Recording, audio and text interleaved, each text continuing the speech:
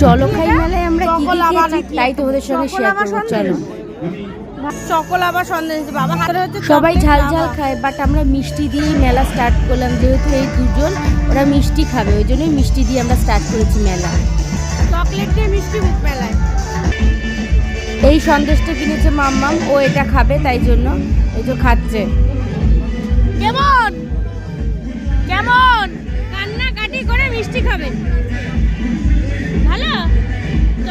এবার নিলাম শর্মা, বাট উপরের র্যাপটা খুব শক্ত ছিল। ভেটকি ফিশ ফ্রাই নিয়েছি, আমি ভেঙে দেখাই।